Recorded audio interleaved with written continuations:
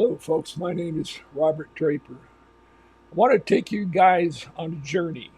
I believe it'll be quite a journey. I called it a Mr. Toadie's Wild Ride, having to do with time.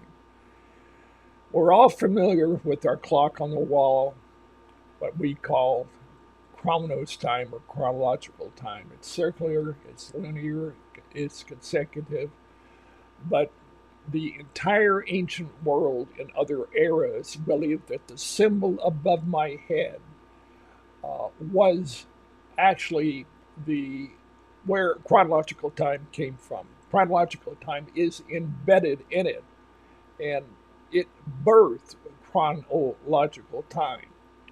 So this is, well, it is a trip. Well, let's just start. A wise man once told me, start where people are out and work outward.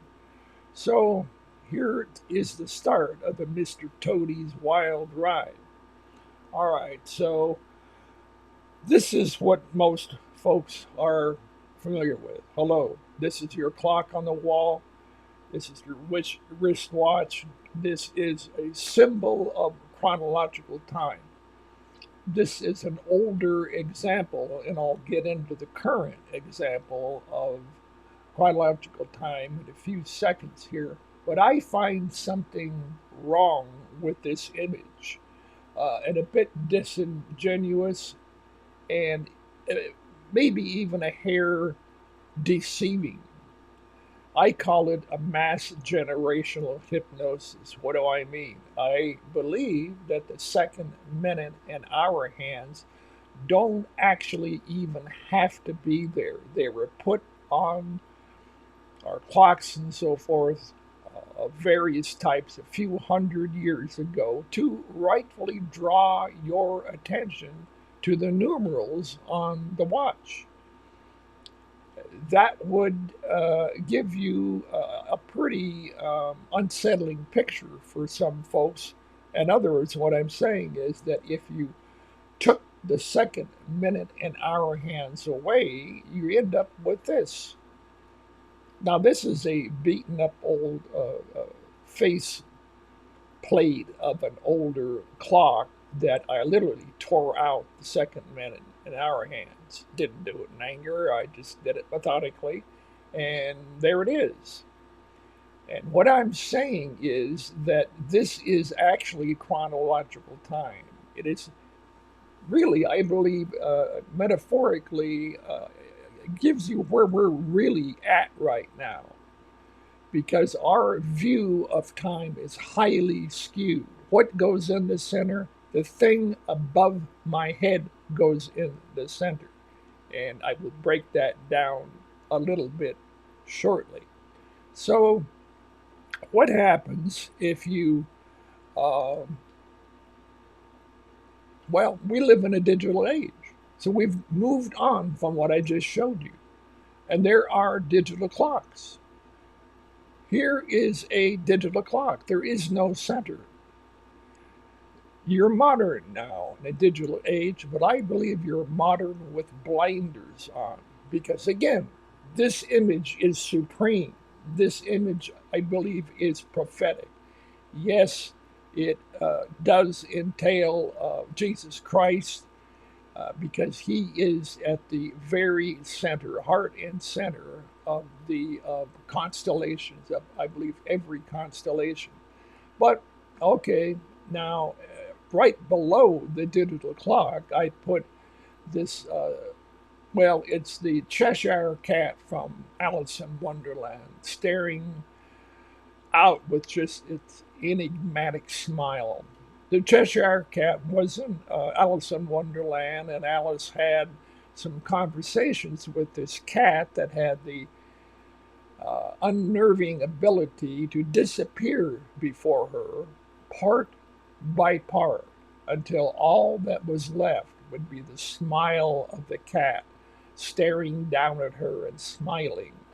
I believe that that's what we actually have in the clock right above the Cheshire Cat.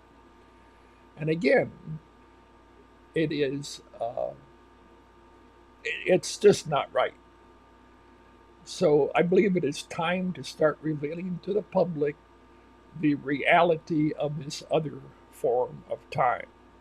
Okay, so get rid of that. And all right, so this is a an overhead view of the ecliptic.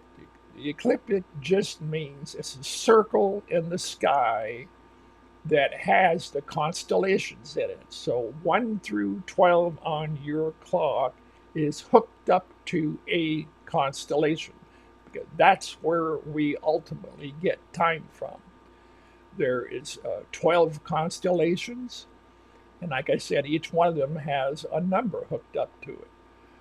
Each constellation has three more constellations surrounding it, so that if you add them all up, it turns out to be 48 constellations, total number. And since we tell time by their relationship to the sun and the moon, that makes 50. Well, in scriptures, that's called Pentecost or count 50. So this whole thing does go back to the Bible. Incidentally, uh, the word kairos, the Greeks called this thing above me kairos time. And its etymological roots is archery and weaving. So chronological time is in this image, but it's weaving back and forth. It does it three times, and it creates, well, it actually creates the Great Pyramid at Giza as seen from the air. I don't want to get too far ahead of myself, but it's 1, 2, 3, do, re, mi, kind of like a Michael Jackson tune. So, okay. And all right. So I think that where we are in the middle of this year, and with the confluence of events that are happening in 2026, what do I mean by that?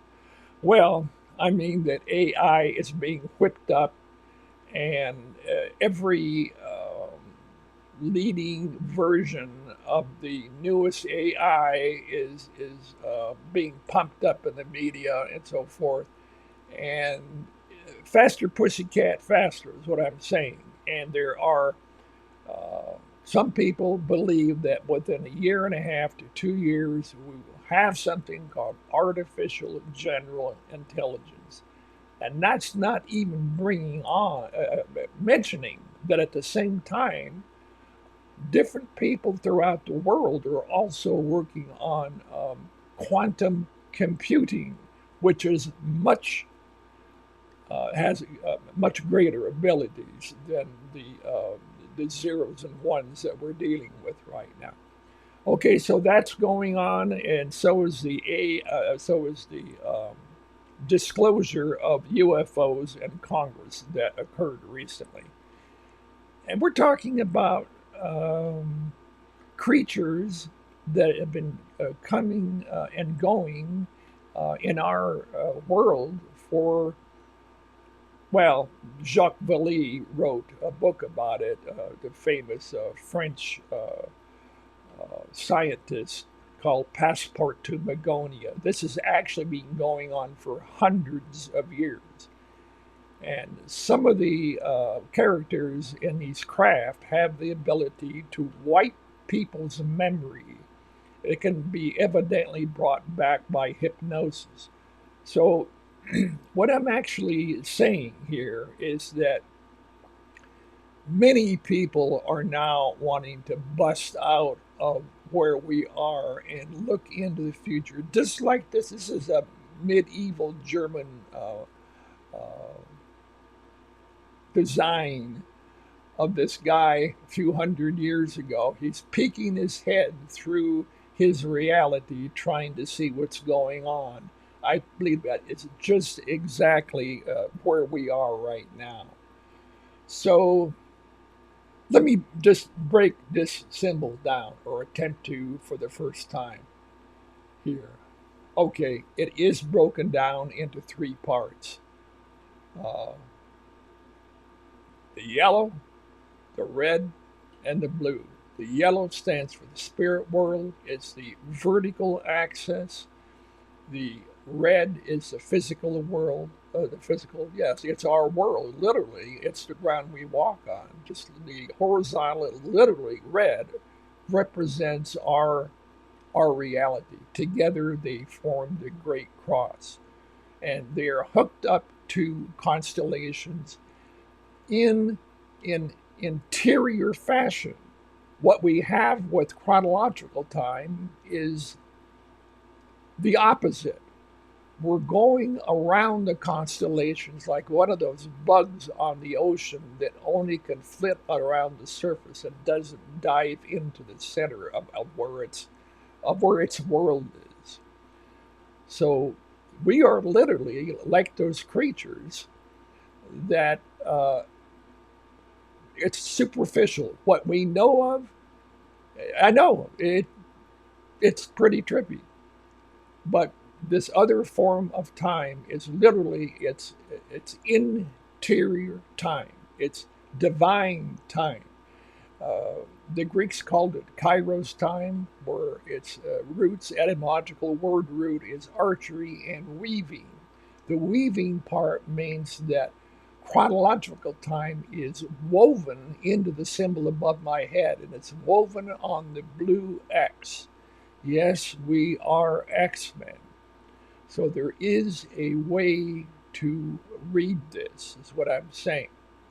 And I am trying to attempting to get people up to speed that there is another reality.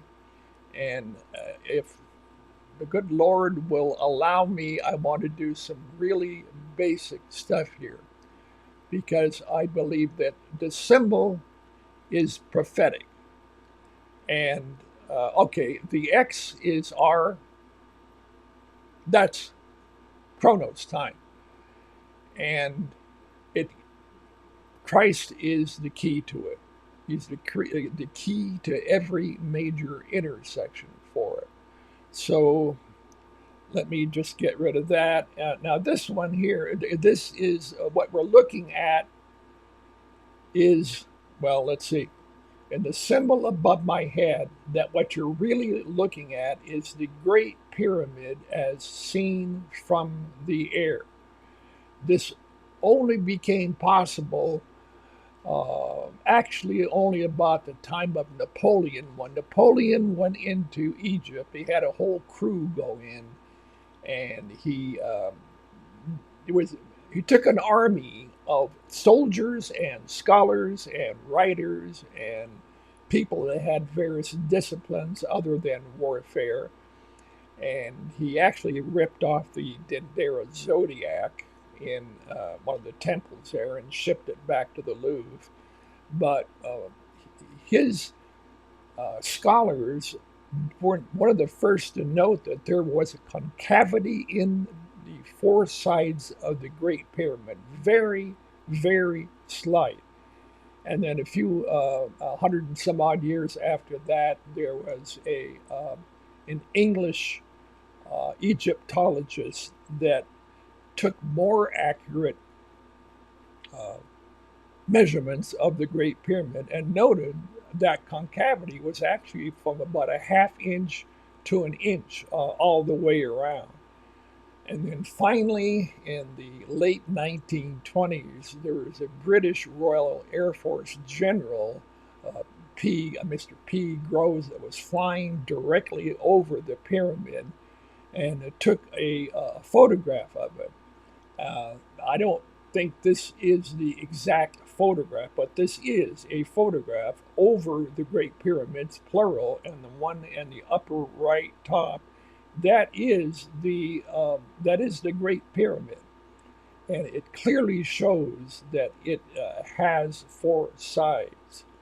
So this is going to have a huge import as to um, deciphering why it has eight sides and who built it. I believe that actually Enoch, who was very, well, very important in the Old Testament, the seventh from Adam, is either Enoch or his kinfolk.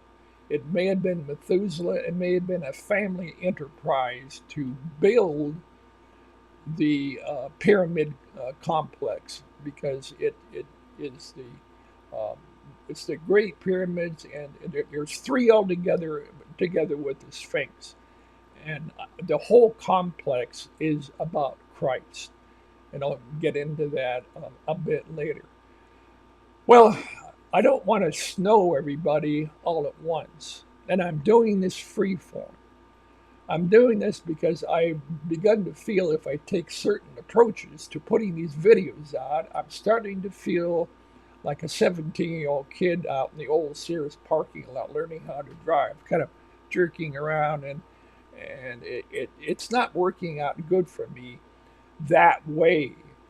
Okay, guys, I may look like Father Time, and I turned 80 this month, so I'm not a spring chicken, but I love to do research, even though I come from a family of readers and writers.